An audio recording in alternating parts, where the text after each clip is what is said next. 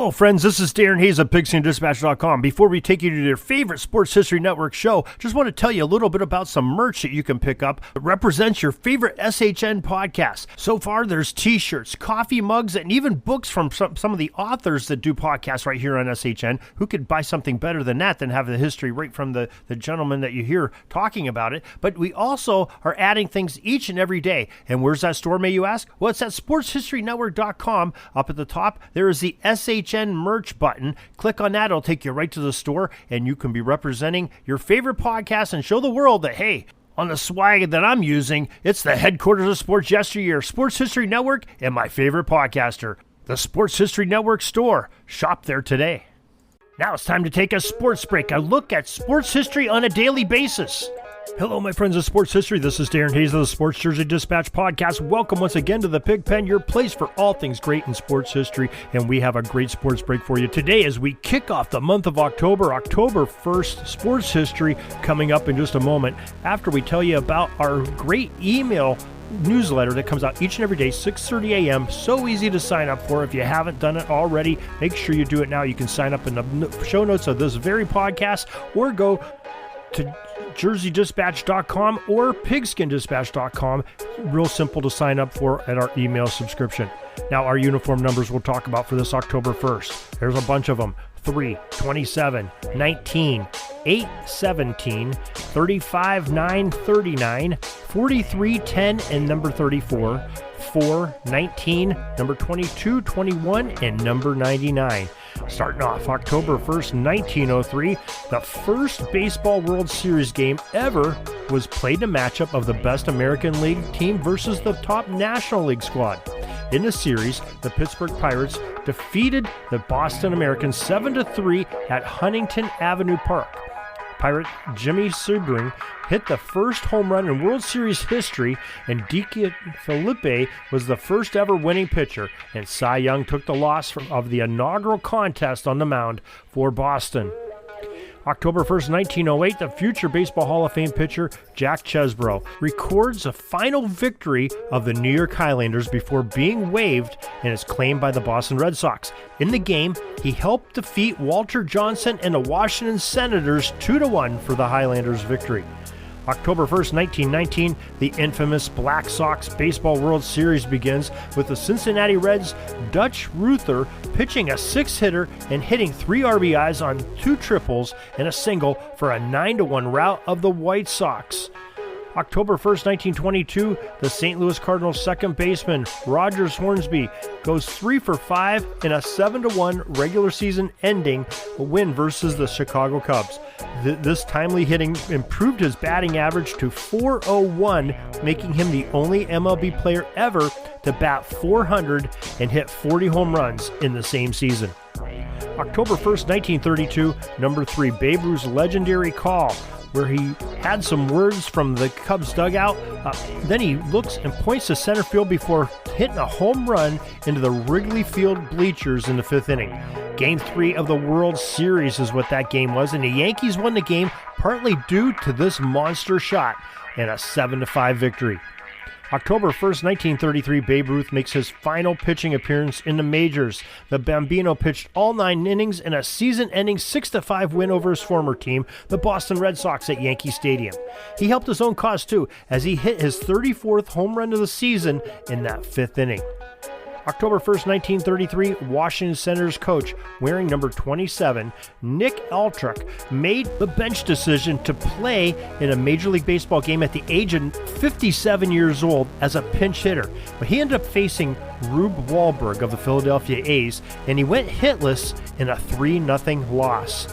October 1st, 1946, Cleveland Indians pitcher Bob Feller, number 19, claims his Major League Baseball 348th strikeout of the season in a 4-1 win versus Detroit. That record stood for 19 years, 348 in a season.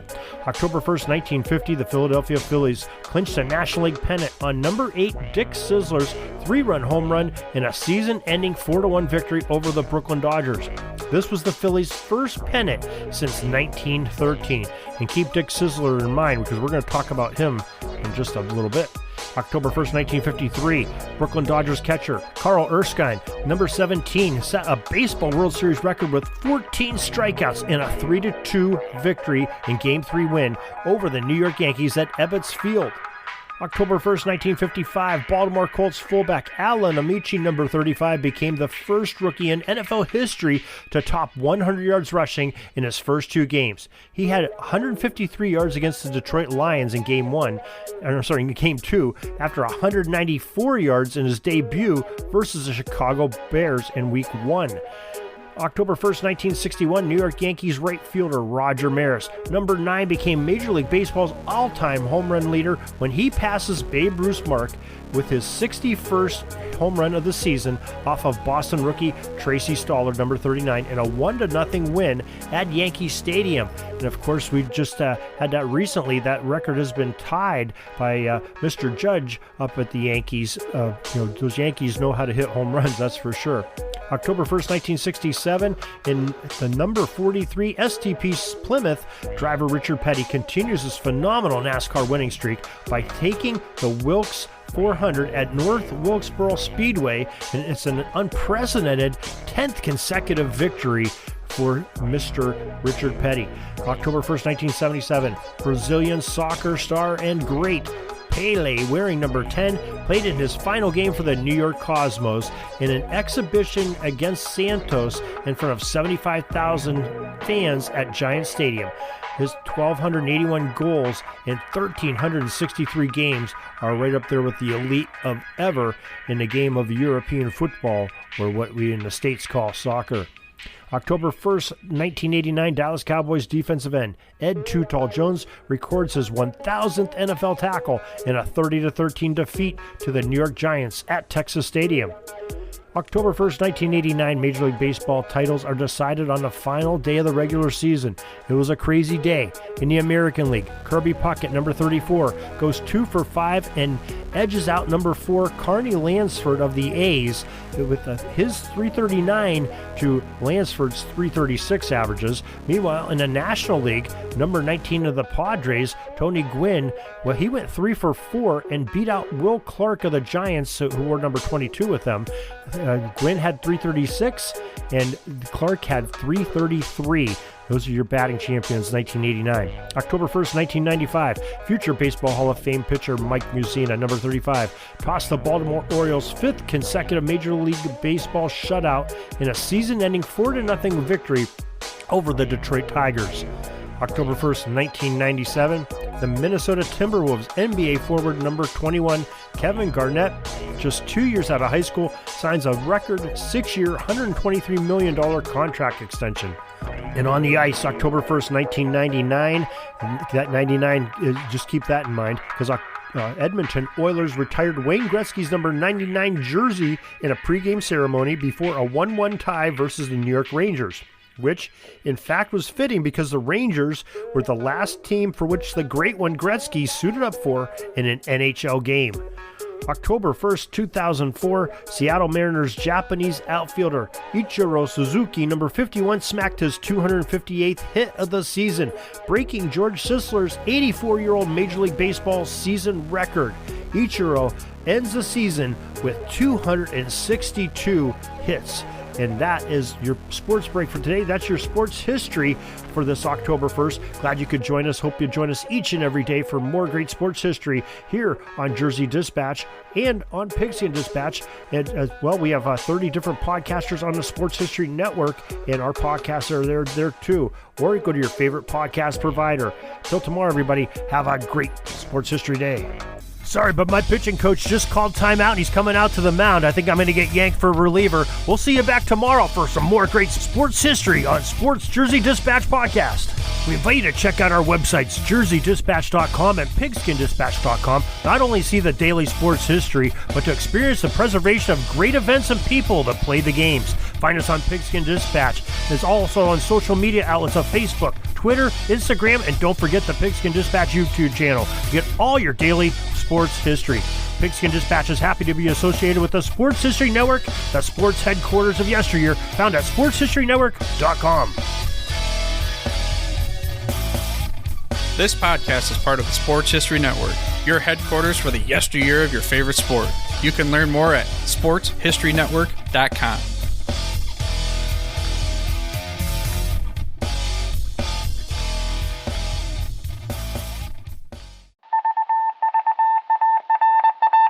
It was just another ordinary day in the offices of the Pittsburgh Guardian newspaper circa 1924. But for Marla Delft, assistant editor, everything was about to change. For she was about to discover the awesome attractiveness of Row 1 brand retro sports paraphernalia items thanks to Orville Mulligan, sports writer. And there it is. Wow, Orville, that's really the bee's knees. Isn't it just? A poster-sized replica of the actual 1909 World Series program cover. I can see that. But where did you get it? And where'd you get it framed? I ordered it from the Row 1 website, where over 6,000 items of sports memorabilia from the 1880s to the 1990s are available for reproduction, in multiple sizes and in several different materials, with over a dozen styles of frame to choose from for prints like this. Well, I'm sure Mr. Delft would love to put up more of these in the office. But I'm equally as sure they're beyond this newspaper's budget. Not at all, my dear Marla. See for yourself. Go to sportshistorynetwork.com/row1. sportshistorynetwork.com/row1. Oh my, these are good prices. Oh, and look at this stuff. Oklahoma-Nebraska football, college basketball art, Michael Jordan items. And so it retro was that sports Marla Delft advertisement discovered the flowers. splendiferous magic of Row 1 sports memorabilia, arts, and prints. You can too by visiting sportshistorynetwork.com/row1. That's ROW1 today for access to the full Row 1 catalog of gallery prints and gifts like t-shirts, long-sleeve shirts, telephone cases, coffee mugs, blankets, pillows, towels, and even shower curtains. Act today for 15% discount off all prints with coupon code SHN15 and 20% off all other items with coupon code SHN20 at checkout. And keep your dial locked to the Sports History Network for the exciting chronicles of the 1920 sports world in Orville Mulligan, sports writer. Coming soon.